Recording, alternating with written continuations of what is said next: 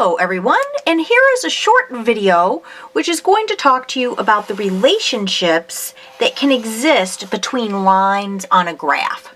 So here's my graph, and I just want you to kind of do a little thought experiment. Here's our first line, which I'm going to draw right here. My line looks like this, a nice negatively sloped, pretty straight for me kind of line. Okay, so now here's our quest for the day.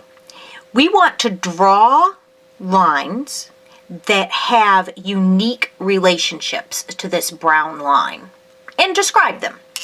So one option, and let me see, I will use this as my sample line. One option is to have a purple line that simply crosses the brown line. Right? That's one option. And that would be called an intersecting line. Intersecting line. Okay? So we could have intersecting lines. All right. What else could we have?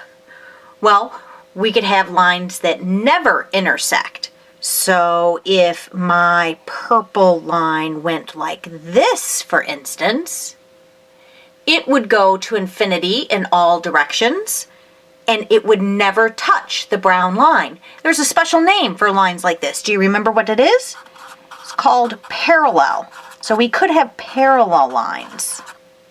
Okay? There's a third option, and this is sort of cheating because it's a type of intersecting line. But it's an intersecting line that perfectly crosses the brown line so that it is making an exact 90-degree angle here, and that's called a perpendicular line. Perpendicular lines. So that means that they make 90-degree angles. So if I were to rotate my paper here, you could see that the brown line would go straight across, the purple line would go straight up and down, and you would have a right angle right there. That's what we're talking about with perpendicular lines. Okay, there's one other option with lines, and that is if this purple line lies exactly on top of the brown line, right? So that would be identical lines. Identical lines. And that's it. Those are your only options. If you're drawing two straight lines on a graph, they must be either intersecting, parallel, identical, or perpendicular, which is a special type of intersecting line, right? Those are your only options. There's no other way to put this purple pen on this graph than to make one of these arrangements. Now, this does get a little more complicated when you get into higher level math and you're working in third dimensions, because then you could have your purple line go through the paper, never touching the brown line. Yeah, but that we will save for a higher level math class. All right, so let's talk about how we determine what the relationships are between lines. So to easily determine the relationship between lines, use slope-intercept form. Use the slope-intercept form, right? That is our big takeaway from this. So let's do a couple of examples. Let's do this first example. So here we have y equals 2x plus 4.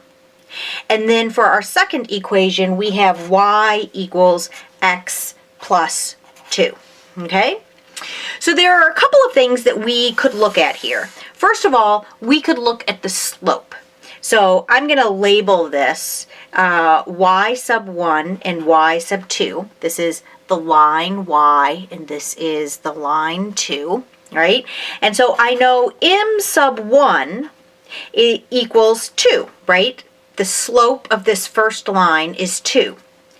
The slope of the second line is 1. Are those the same slopes? No, they are not.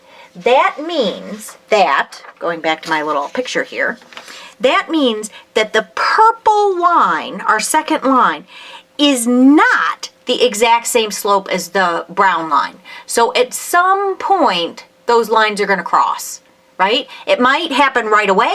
It might not happen for miles and miles and miles down the road. But since these are not the same slope, they are going to have to cross at some point.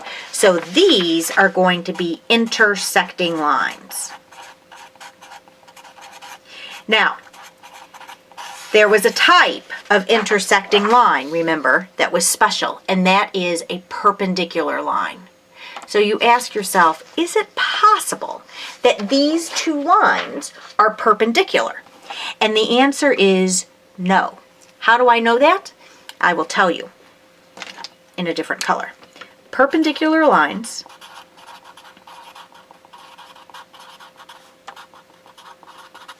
have slopes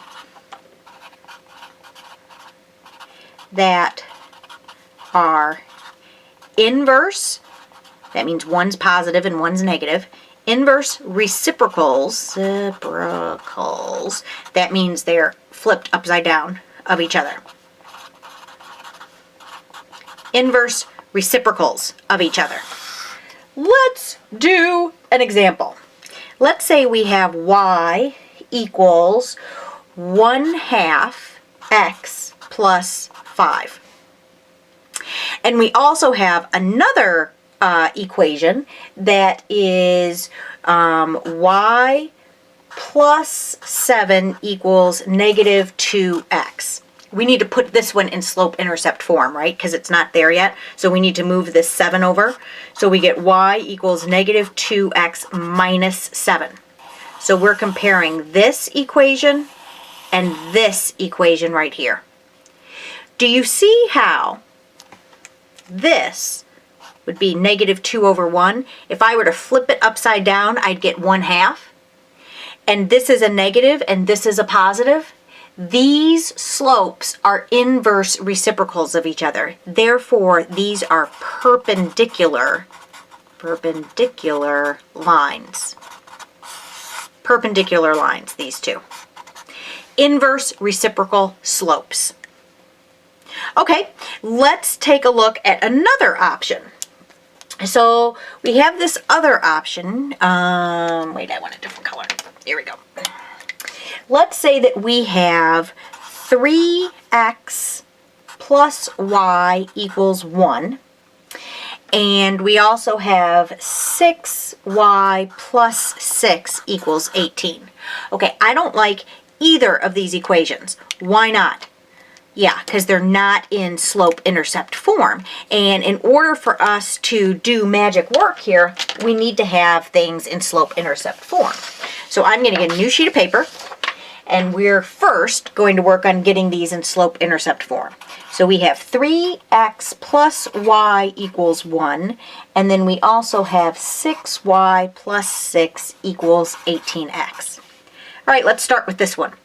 So we're going to move our x term to the other side of the equation. So we get y equals negative 3x plus 1.